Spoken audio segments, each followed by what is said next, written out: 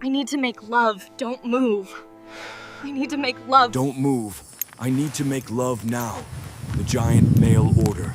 Bride to the shy, lonely cowboy, but what he did next shocked the entire town. The giant mail order bride knelt in the dirt. Margaret Carlson, who'd been told her whole life she was too much, too tall, too strong, was on her knees before the shy, lonely cowboy she'd married 3 days ago. Thomas Bridger looked down at his wife in her wedding dress, this woman who towered over him when she stood, now making herself small in the Montana dust outside their ranch. The entire town had laughed when she arrived, called her a freak, called him desperate. But what this shy, broken cowboy did next, how he responded to her kneeling, what he said, where he put his hands, it shocked her so deeply that night she'd whisper words she'd never said to any man. Don't move. I need to make love now. But to understand why she was kneeling, why her hands gripped his worn suspenders like a lifeline, you have to go back 3 days. Back to when Margaret stepped off that afternoon train into Dust Creek, Montana, and felt every dream she'd been foolish enough to carry die in her chest. The train hissed steam into the August heat. Margaret's traveling dress clung to her back, soaked through from 2 days of sitting upright in third class because the seats were too small for her frame. She'd memorized Thomas Bridger's letters, read them so many times the paper had worn soft at the creases. He wrote about his land, about the mountains, about how lonely the silence got after his family died. He never wrote about love, but he wrote about needing someone. And Margaret, who'd been rejected by 3 men back in Minnesota, who'd watched her own father call her God's mistake, she understood needing someone. She gripped her small trunk with both hands and descended the train steps. 1 step, 2 steps, 3. The platform kept getting lower. She was used to this, the moment when people's faces changed from curiosity to shock to something ugly. Thomas stood 20 feet away. He was smaller than she'd imagined. Narrow shoulders under a faded work shirt, hands that wouldn't stop fidgeting with his hat brim, brown hair that needed cutting. But his eyes, when they finally lifted to meet hers, they were the saddest eyes she'd ever seen. The crowd behind him started whispering. Then someone laughed, a man's voice loud and cruel. Jesus Christ, Bridger. You order that from a circus catalog? More laughter. Margaret's face burned. She'd heard worse, but something about this moment, standing in her best dress in front of the man she'd traveled 2,000 miles to marry, made her want to sink into the platform boards and disappear.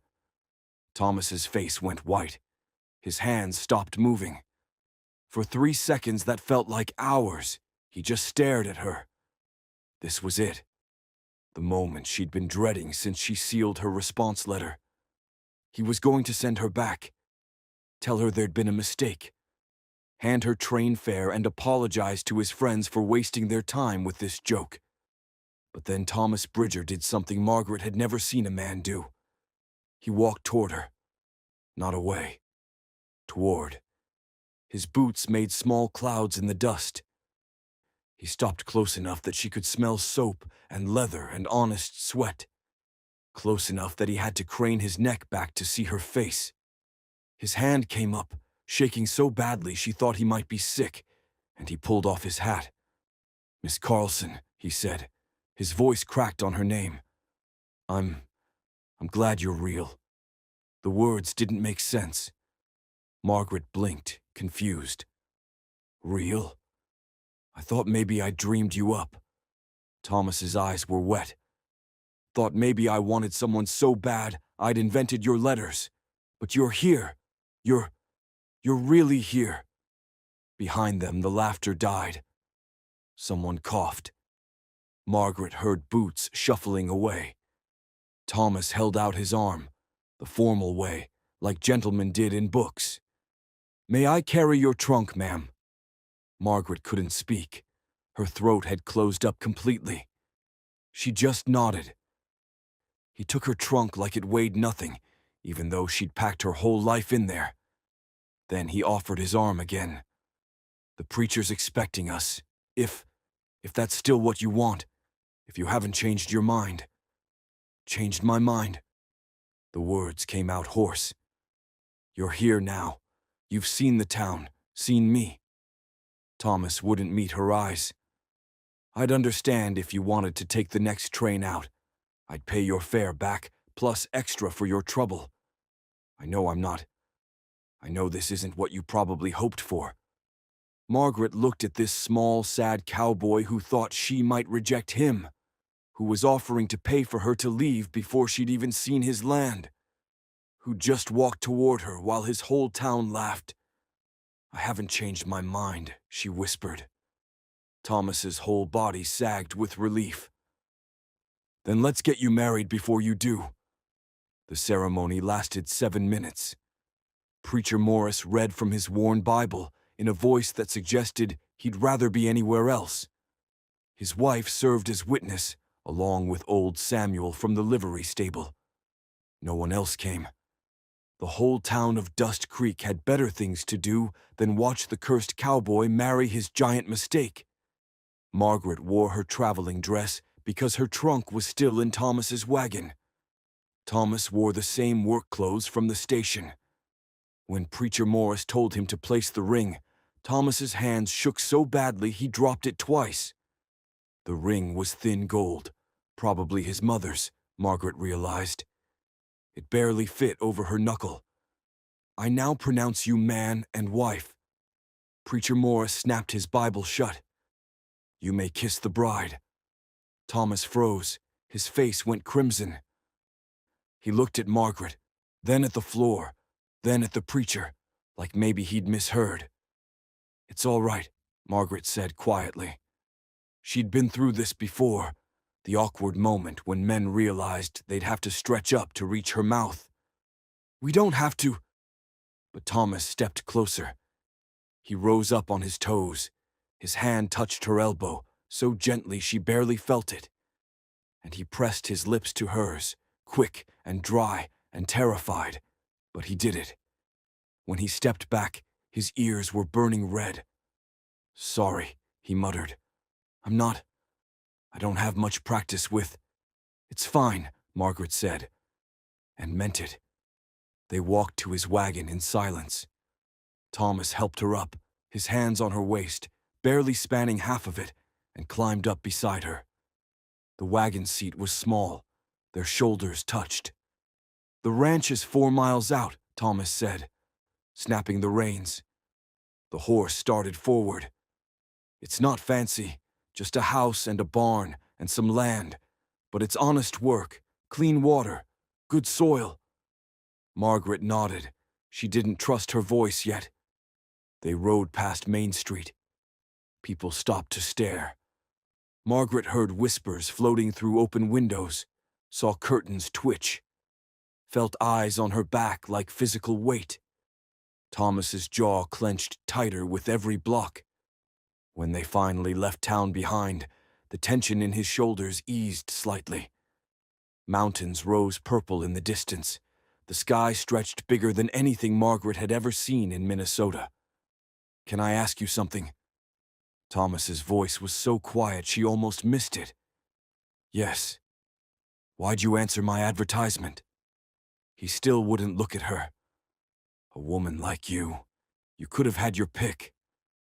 Why come all the way out here for someone like me?" Margaret watched the mountains for a long moment. "I told you in my letters about my height." "You did. Did you believe me when I wrote that I was over 6 feet tall?" "I believed you.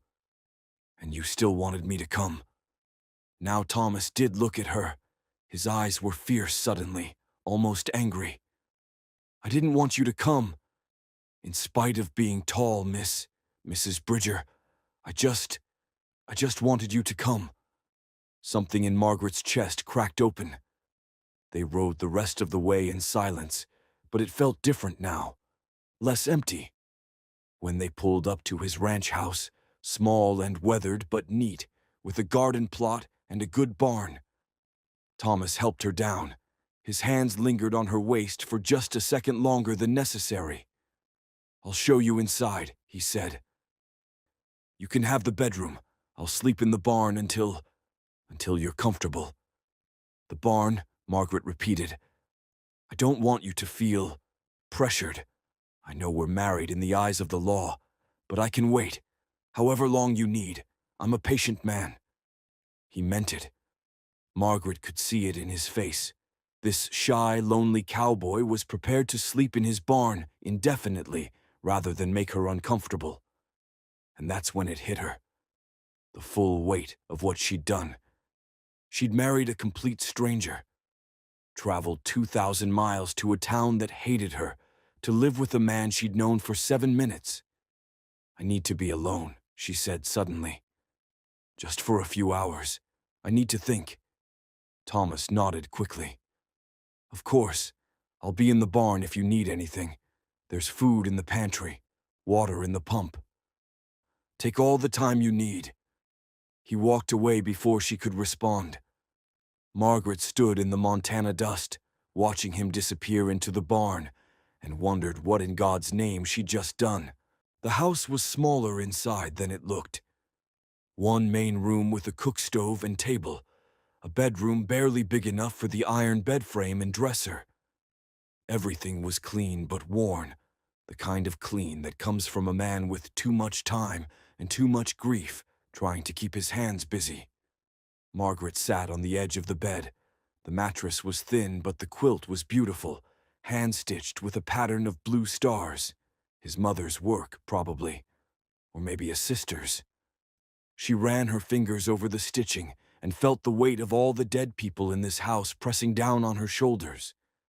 Through the window she could see the barn, could picture Thomas in there, sitting on a hay bale, probably wondering what he'd gotten himself into. She should feel relieved. Most men would have expected their rights on the wedding night. Waited or not.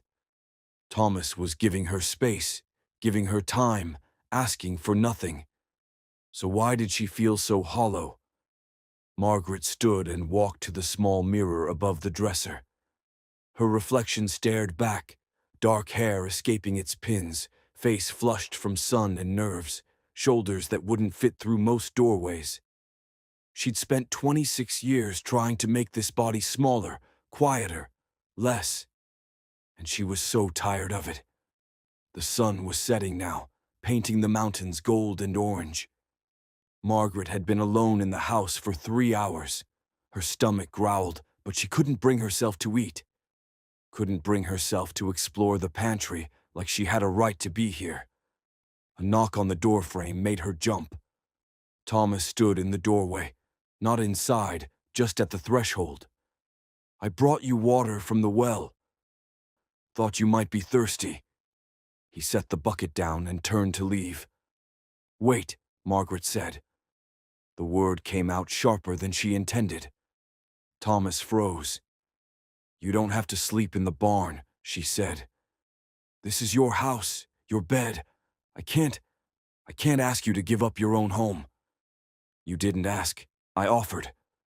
Thomas still wouldn't look at her. "And I meant what I said. I can wait." Wait for what, exactly? The question surprised her as much as him. "Wait for me to be comfortable. I'm 6'3", Mr. Bridger. I've never been comfortable a day in my life." Now he did look at her. "Then what do you want?" "I want to know why." Margaret's voice shook. "Why did you send for a mail-order bride? Why did you pick me when I told you the truth about what I look like? Why did you walk toward me at that train station when everyone was laughing?" Thomas was quiet for a long moment. Then he stepped inside, just barely, and closed the door behind him. "3 years ago, my whole family died," he said. "Cholera took them in 6 days. Ma, Pa, both my sisters. Sarah was 16, Emma was 12. I buried them up on the rise behind the house where they can see the mountains." Margaret's throat tightened. "Folks in town started avoiding me after that. Said I was cursed. Said death followed me. I stopped going to church because people would move to different pews. Stopped going to the general store unless I had to because shopkeepers would count my change twice, like maybe I'd steal from them. His voice was flat, emotionless, the tone of someone who'd told this story to himself too many times. I worked the land, fed the animals, fixed the fence, and every night I'd sit in this house, and the silence would get so loud I thought I'd go crazy. Thomas finally met her eyes. So I wrote an advertisement. Didn't think anyone would answer. Didn't think I deserved anyone to answer. But you did. I answered because no one else wanted me, Margaret said quietly. I answered because I was desperate. I know. Thomas's smile was sad. But you still answered. And your letters... Margaret, your letters were the only thing that made me feel like maybe I wasn't cursed. Maybe I was just lonely. The way he said her name, like it was something precious, made her chest ache. When you stepped off that train, he continued, I saw every person in town looking at you the way they look at me. Like you were wrong somehow. Different. Not quite right. And I thought maybe you'd understand what it's like to be the person everyone crosses the street to avoid. Margaret sat back down on the bed. Her legs suddenly wouldn't hold her.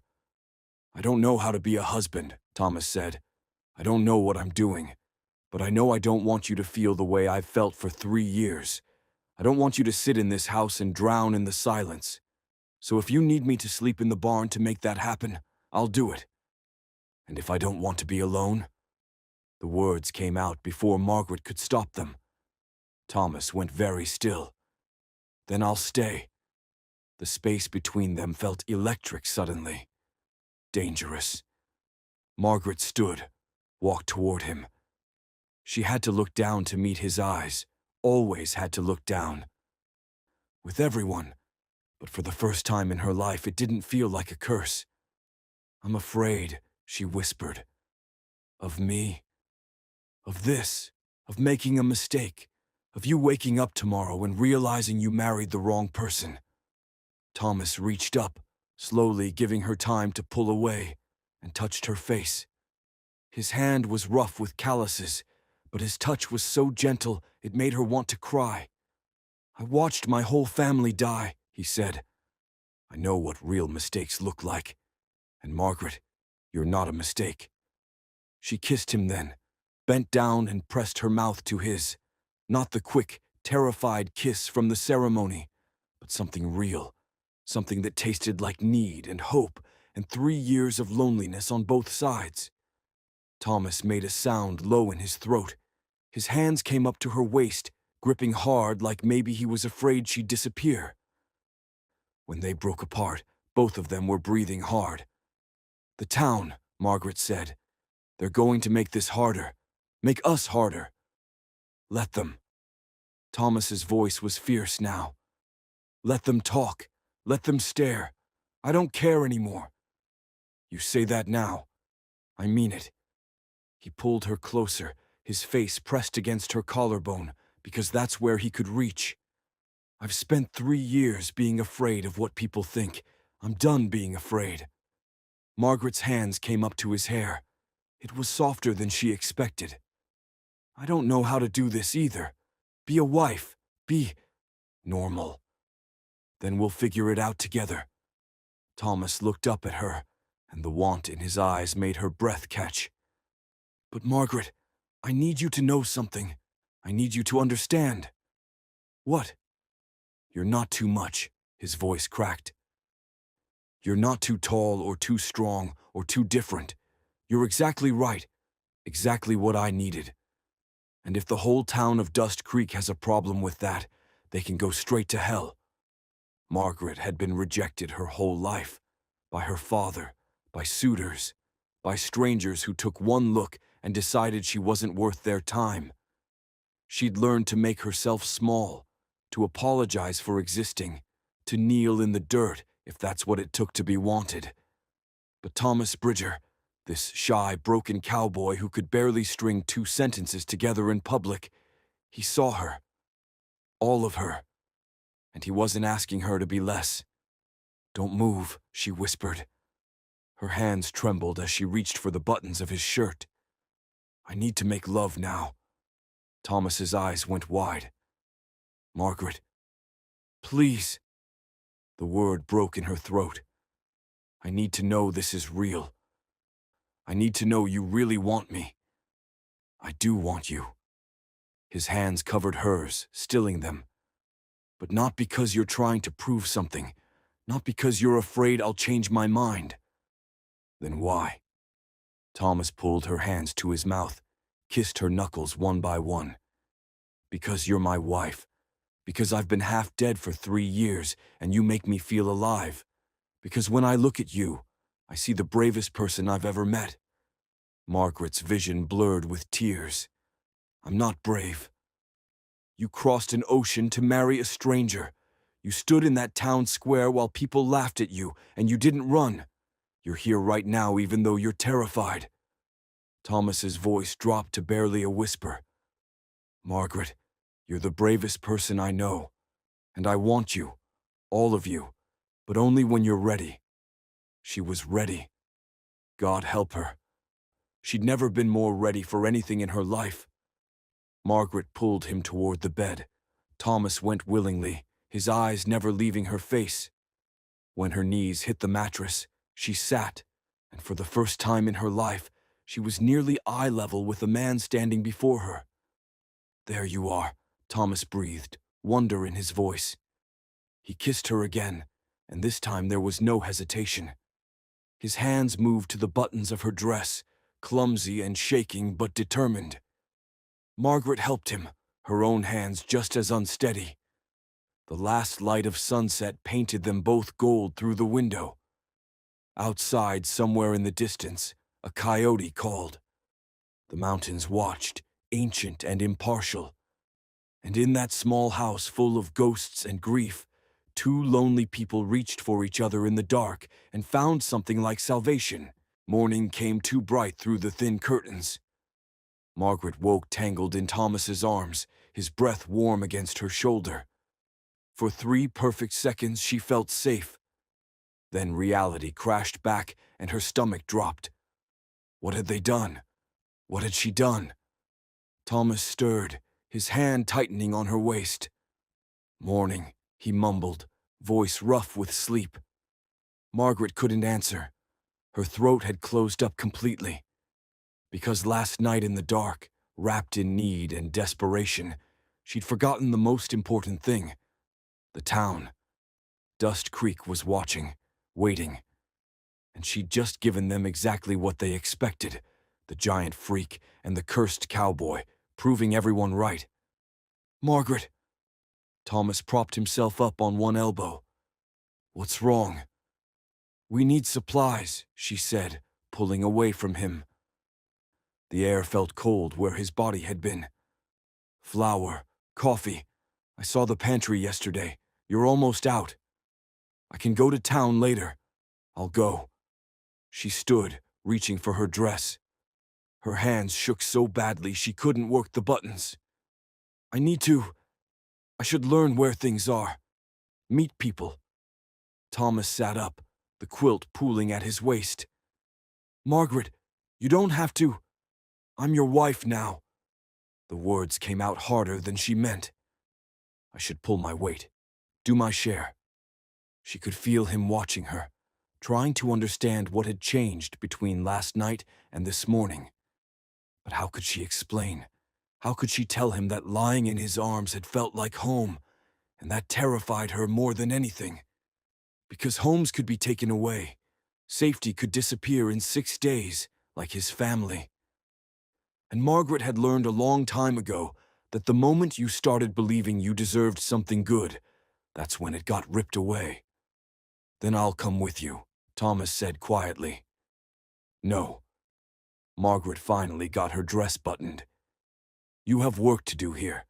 I can handle the general store. Margaret. I'll be fine, Thomas. I've dealt with worse than Dust Creek. She left before he could argue, walking the 4 miles into town with the morning sun already burning hot on her shoulders. The money Thomas had given her felt heavy in her pocket. The list of supplies felt heavier. Harlow's general store sat in the middle of Main Street like a squat toad. Through the window, Margaret could see people inside, women in neat dresses, men in clean shirts. Normal people living normal lives. She pushed open the door. The bell above chimed bright and cheerful. Every conversation stopped. Mrs. Harlow looked up from behind the counter, her smile freezing in place. Two women near the fabric bolts went silent mid-sentence. A man by the tobacco turned to stare. "Morning," Margaret said. Her voice came out steadier than she felt. "I need flour and coffee. Maybe some salt if you have it." Mrs. Harlow's eyes darted to her husband, then back to Margaret. "Of course, dear. Let me just—" She moved like she was walking through mud, slow, reluctant.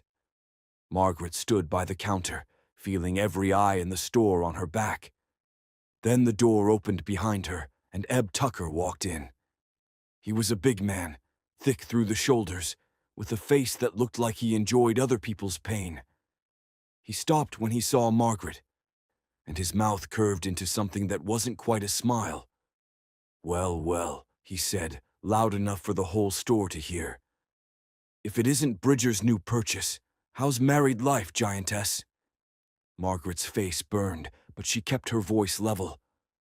"My name is Mrs. Bridger, Mr. Tucker, and married life is just fine, thank you." Eb circled her like a predator studying prey. "Just fine? That's all? I figured a woman your size would break poor Tom in half on the wedding night." His friends by the door howled with laughter. Or maybe he couldn't even reach. Maybe he needed a stepladder just to— "That's enough, Eb." Mrs. Harlow's voice was weak, but it was something. "I'm just making conversation," Eb said, eyes never leaving Margaret. "Just wondering how it works exactly, with someone so unnatural." The word hit like a physical blow. Margaret had heard it before, from her father, from rejected suitors, from strangers on the street. But somehow, standing in this store 3 days after giving herself to Thomas, after letting herself hope for just one night that maybe she could be wanted, the word cut deeper than it ever had. Her hands trembled as she reached for the counter. She needed to leave, needed to get out before she broke down in front of these people. But her legs wouldn't move. "I bet Tom's already regretting it," Eb continued, warming to his theme. "Bet he wakes up every morning wondering what possessed him to order himself a circus freak when he could have—" The door slammed open so hard it cracked against the wall. Thomas Bridger stood in the doorframe, and Margaret barely recognized him. The shy, quiet man from yesterday was gone. His face was white with fury, his hands were clenched into fists, and his eyes looked ready to kill. He walked straight past everyone else, walked straight to Margaret. And then, in the center of Harlow's general store, with the whole town watching, Thomas Bridger dropped to his knees. The store went completely silent. Thomas took Margaret's hand, her large, work-roughened hand, in both of his. He looked up at her with tears streaming down his face, and when he spoke, his voice carried to every corner of the room. "Margaret Carlson Bridger," he said, loud and clear, and not shy at all. "You are the answer to every prayer I didn't know how to say. You are the bravest woman I have ever met, and I thank God every single morning that I wake up that you chose me." Margaret couldn't breathe, couldn't think, could only stare down at this man kneeling before her in the dirt and sawdust of the general store floor. Then Thomas pressed his lips to her knuckles, a long, deliberate kiss that made Mrs. Harlow gasp and someone in the back whisper, "Lord, have mercy." He stood slowly, never letting go of her hand, turned to face Eb Tucker with an expression that could freeze fire. "Her supplies go on my account," Thomas said quietly, dangerously. "Every week, for the rest of our lives, her supplies go on my account. And Eb, if you or any other man in this town has something to say about my wife—" His voice dropped even lower. "You come say it to me, directly, and we'll settle it like men." Ebb's face went purple. "You threatening me, Bridger?" "I'm making a promise." Thomas's hand tightened on Margaret's. "Touch her, insult her, even look at her wrong, and you'll answer to me. That goes for everyone here." He turned back to Mrs. Harlow. "The flour and coffee, please, and whatever else my wife needs." Mrs. Harlow moved fast now, packing supplies with shaking hands. No one else in the store moved. No one spoke. Thomas loaded the supplies into Margaret's arms, then took her free hand and walked her out of the store. They made it halfway to the wagon before Margaret's legs gave out. She sank to the dirt of Main Street, supplies scattering, and sobbed like something broken inside her was finally coming loose. Thomas knelt beside her, not in front of her this time, but next to her. Equal. Together. "I'm sorry," he said, pulling her against his chest. "I'm so sorry I wasn't there sooner. I should have come with you. I should have—" "You knelt." Margaret's voice was wrecked. "In front of everyone. You knelt for me." "Of course I did." Thomas pulled back to look at her face. "Margaret, you've spent your whole life making yourself smaller for people who don't deserve you. I wanted them to see, I wanted you to see, that I will get on my knees for you. I will lower myself, humble myself, do whatever it takes to show you that you are worth everything to me." Margaret kissed him then, right there in the middle of Main Street, with half the town watching from windows. Kissed him like he was oxygen, and she'd been drowning her whole life. When they finally broke apart, Thomas helped her gather the scattered supplies, helped her into the wagon, drove them home in silence while Margaret's tears dried on her face. That night, lying in their bed with the windows open to let in the mountain air, Margaret finally understood what Thomas had been trying to tell her all along. She wasn't too much. She was exactly enough. And the shy, lonely cowboy who'd knelt for her in the dust, he was exactly enough too. 3 months later, the ranch had changed. Thomas built a bunkhouse for the women who started showing up. Women with nowhere else to go, women who didn't fit, women the town had given up on. Margaret took them in without hesitation, and Thomas never complained about the extra mouths to feed. The town still talked, but it was different now. Quieter, more careful. Because everyone in Dust Creek had learned something that day in the general store. Thomas Bridger might be shy and quiet and cursed by grief, but he would move heaven and earth for the giant woman he loved. And Margaret, the bride who'd arrived expecting rejection, she'd finally found the one place in the world where being herself was not just acceptable, but celebrated.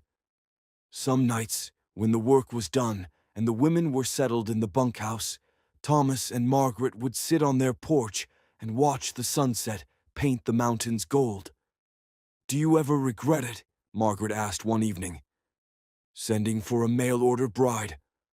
Thomas pulled her close, her head resting on his shoulder in the way they'd learned to fit together. "Every single day," he said. Margaret stiffened. "I regret that I waited so long," Thomas continued. "I regret every day I spent alone before you got here. But Margaret, I have never once regretted you." She turned to kiss him, and he met her halfway.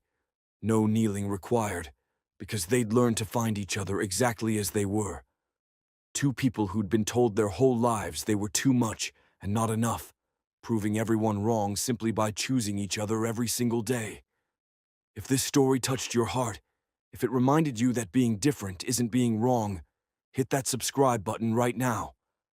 Turn on the notification bell so you never miss another story about love that defies expectations.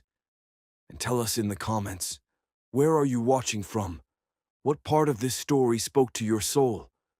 Because love like Thomas and Margaret's, the kind that kneels in the dust and stands up in public and refuses to make itself smaller, that kind of love is worth remembering. And there are more untold stories waiting to be shared. Stories about people who didn't fit and the ones who loved them anyway. Subscribe and let's discover them together. Once again, Tales from the Wild West sends a huge thank you to all of you. Your support is the biggest motivation for me to keep creating. Let me know your thoughts in the comments below.